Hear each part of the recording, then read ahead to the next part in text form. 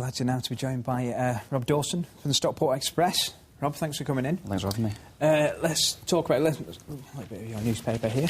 And not surprisingly, you're leading with, that's the front page. We don't bother with the front page. No. Back page. Gary Ablett backing for players. This is going off the back of last night's result. Again, another disappointing result. Not necessarily the performance, because he's not got a lot to play with, really, at Stockport. But beaten again, which continues a poor run of form. It does, yeah. That's 6 league games on the bounce now. I don't think they were expected to go there and win. But again, it's another loss. It's against Colchester. Yeah. Decent side, aren't they? Yeah, I think they're probably going to get promoted this season. So it was a difficult game. But again, another loss, which isn't the best, really. OK, well, let's have a little look at all the results from last night. Obviously, we've had a little talk to your colleagues as well who were at the other games. There's that Stockport result. Can you take any positives out of that?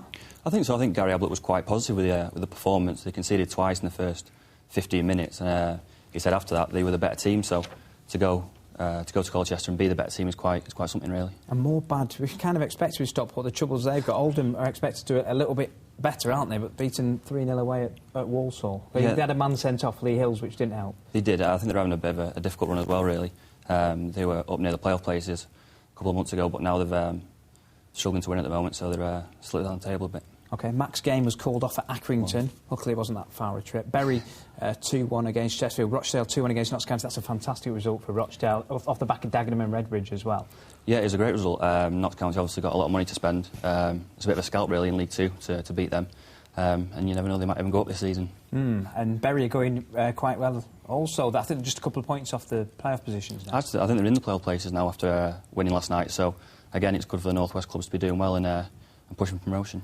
And real momentum, just quickly, Altrincham. They've turned it around a little bit. They had a little bit of a dodgy patch. 3 games unbeaten now and they're rising up the table. Yeah, well, they're doing well this season. I mean, I think they've avoided relegation on sort of technicalities in the last couple of years. But they seem to be doing well this season, so good luck to them. Yeah, that's what I mean. Well, just to pick up on a couple of points there from Stockport. So the positive is they've got an FA Cup action this weekend, and that is a huge, huge lifeline. I think I was reading some quotes from you, a piece that you did with Gary Ablett, how crucial this is to the club, the FA Cup. They're playing Torquay. That's not the point. It's a good way of beating them and perhaps getting around to a big boy in the next round.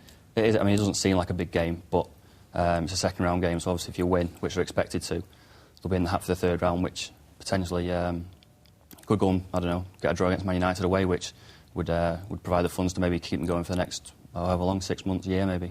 Yeah, it's over £100,000, I think, for TV money if you get selected. Yeah. Now, regarding transfers, I know you got a little bit of information on Carl Baker. Stockport fans will be worried if he goes, but there's been a bit of speculation that he might go out on loan due to a permanent transfer. Yeah, I think there is. I think the loan window shuts on Thursday.